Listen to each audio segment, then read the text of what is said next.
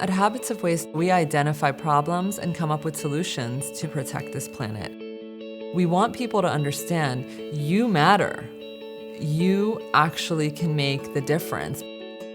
Crayon collection was born because I learned that there was 150 million crayons being thrown away by restaurants alone. So I started by asking restaurants to collect their crayons and finding a local school within 5 miles to pick them up once a month.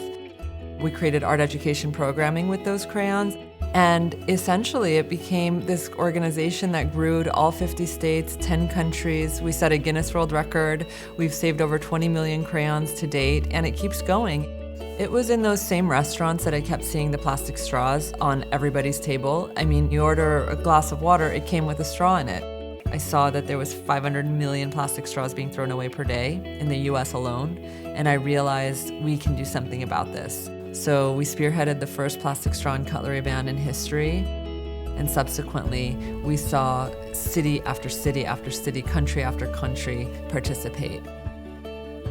We saw that there's 40 billion packs of plastic cutlery produced per year with the sole intention of being used once and thrown in the garbage. So we thought, well, what if we were to change the default setting on these food delivery applications to make plastic cutlery available by opt-in only? 14,000 people wrote emails in, and one by one, we convinced them to change their default setting. We learned that Postmates, within a year, was able to save 120 million packs of plastic cutlery. That equates to $3.2 million in savings for restaurants. So we took that information and we took it all the way up to the highest level here in the state of California, and we just passed AB 1276 so that every restaurant can only provide plastic cutlery upon request. It takes a lot of effort and a lot of work. But then you turn on the TV and you see your favorite actor or actress drinking out of a plastic water bottle, having their salad in a plastic container with a plastic fork. We love our movies, we love our TV shows, but subliminally they're telling us something. They're telling us what is and is not acceptable throughout society. So we wanted to create a campaign, which is now called Lights, Camera, Plastic, where we reduce or hopefully eliminate single-use plastic from being seen on screen as often as possible.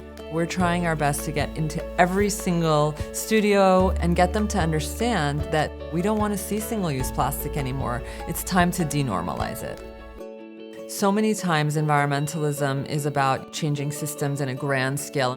However, I believe strongly that it starts with us. We have to make a modification in our own daily lives, and then it builds and builds and builds. Before you know it, you have change happen on a really big scale. If Western cultures were to eat 40% less animal products, we create enough carbon offset to combat climate change, period. Usually we eat about 21 meals, so 40% of that's 8 meals. Eat 8 plant-based meals a week. See how that feels.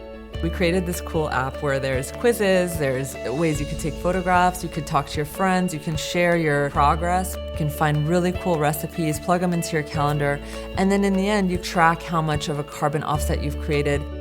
I think this is a door opener for the imperfect environmentalists, because we don't want just a handful of people doing it perfectly.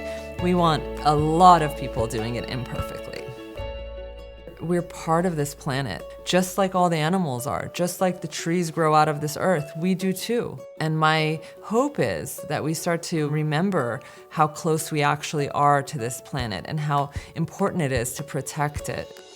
We can make a change, we can make a difference, we cannot give up. We can do this together.